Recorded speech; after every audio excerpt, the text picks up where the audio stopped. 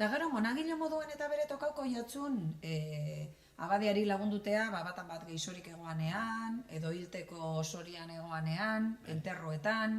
Gokute ginen, abadiaz, gure jaune eroaten, baserrez eta geixuei, eta kanpaia erute gendun, farolak dute igual, negu ebasan, erdi ilunien goizien, eta gogoratzen ez, kaminuen pasaueran bat bizikletan atorren, gatu itxezan, igual belanikotu, eta abadia pasau arte, eta errespetu handizaz hori erute zen. Baina, etxe askota jondan gure jaune eruten geixuei.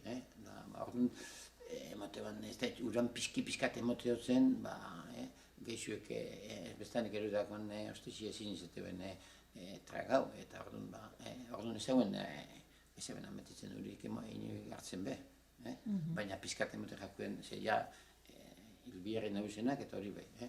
Eta gero interroak hau hiltze zinin, euren etxera, bile, abadiaz, interroe hauenien, jote ginen gorpuan bile.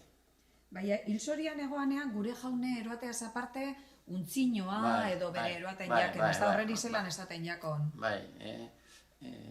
Bai, untzinoi erute zen, oseak hori zut, abalako batzuk, guate pizkataz, eta badekari montutu zen behitzu zen errezu batzuk, eta ez dakit buru, espanak eta hori, igurtzi, da inketan bigual ikutze.